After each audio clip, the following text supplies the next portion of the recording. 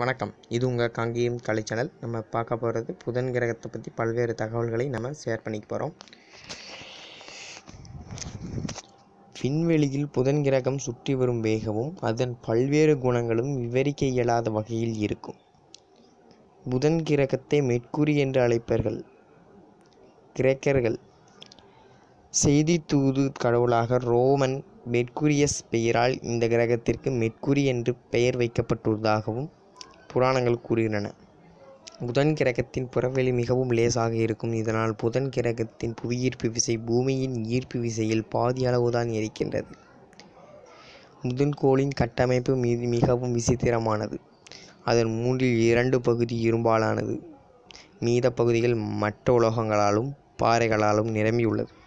புதன் கிரகத்தின் மனிதர்கள் வாழ்வதற்கு எந்த ஆதாரமும் இல்லை. அவ்வளவு ஏன் புதன் கிரகத்தின் காற்று என்பதே இல்லை. அதனால் சூரிய கதிர்கள் நேரடியாக பூமியில் வீழும்.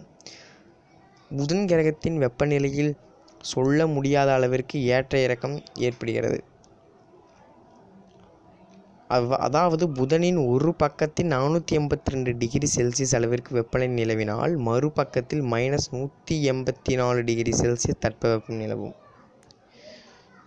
சூரிய மண்டலத்திலேயே மிகவும் வெப்பமான கோள் என்ற பெருமையும் புதன் கிரகத்துக்கு பெறுகிறது. அனைத்து கிரகங்களை விட மிக வேகமாக சூரியனை சுற்றி வருகிறது புதன் கிரகம்.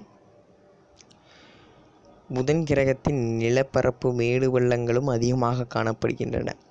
அதைவிட முக்கியமாக மிகப்பெரிய விரிசல்களும் காணப்படுகின்றன. ஒவ்வொரு விரிசல்களும் சாலைகளைப் போல நீண்டு காணப்படுகிறது. 1970ஆம் ஆண்டில் புதன் கிரகத்திற்கு மரினர் 10 என்ற செயற்கைக்கோள் சென்று அதன் தன்மை பற்றி ஆராய்ந்து புகைப்படங்களை அனுப்பியது. அதன் அடிப்படையில்தான் புதன் கிரகம் பல்வேறு தன்மைகளை வெளிக்கொணரப்பட்டன. தற்போது அமெரிக்காவின் நாசா எனப்படும் விண்வெளி ஆராய்ச்சி நிறுவனம் மெசஞ்சர் எனும் விண்கலத்தை புதனுக்கு அனுப்பியுள்ளது.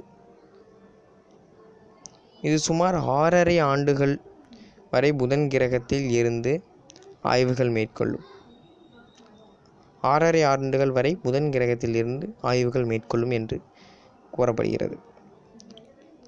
மெசஞ்சர் புதனில் தரையிறங்கி அதன் தன்மையும் மற்றும் பல விவரங்களையும் பற்றி நமக்கு அனுப்பும் வரை நாம் காத்திருப்பது அவசியம். மற்றும் புதன் கிரகம் பூமிக்கு அடுத்ததாக இருப்பதால் அதன் வெப்பநிலை பூமியை விட பல மடங்கு அதிகமாக உள்ளது. இதனால் மனிதர்கள் வாழ்வது கடினம். வாயுக்களும் ஆக்சிஜன் வாயுக்கள் போன்ற வாயுக்கள் எதுவும் இல்லாததால் நாம் வாழ்வது கடினம். இந்த வீடியோ பிடிச்சதுன்னா சப்ஸ்கிரைப் பண்ணுங்கள். நன்றி, வணக்கம்.